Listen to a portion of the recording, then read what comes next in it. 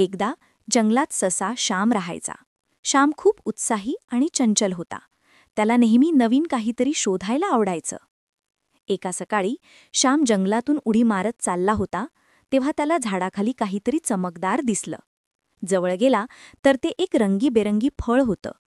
श्यामने त्यावर डोकं घालून पाहिलं आणि विचार केला, हा फळ तर खूप सुंदर दिसतोय, पण खाऊ का? अचानक त्याच्या मागून एक लहानसा कोल्हा आला आणि म्हणाला, श्याम, ती फळ जास्त खाल्ले तर पोटदुखी होऊ शकतो. श्यामने हसून उत्तर दिलं, अरे, मी फक्त एक छोटं चव घेणार आहे, आणि फळ चावलं. थोड्या वेळाने श्यामचं पोट खरंच दुखायला लागलं.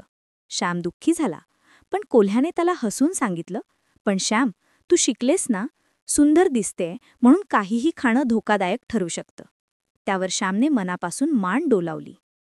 पुढच्या दिवसापासून श्याम नेहमी सावध राहू लागला, पण तो उत्साही राहिला आणि रोज नवीन अनुभव घेत राहायचा.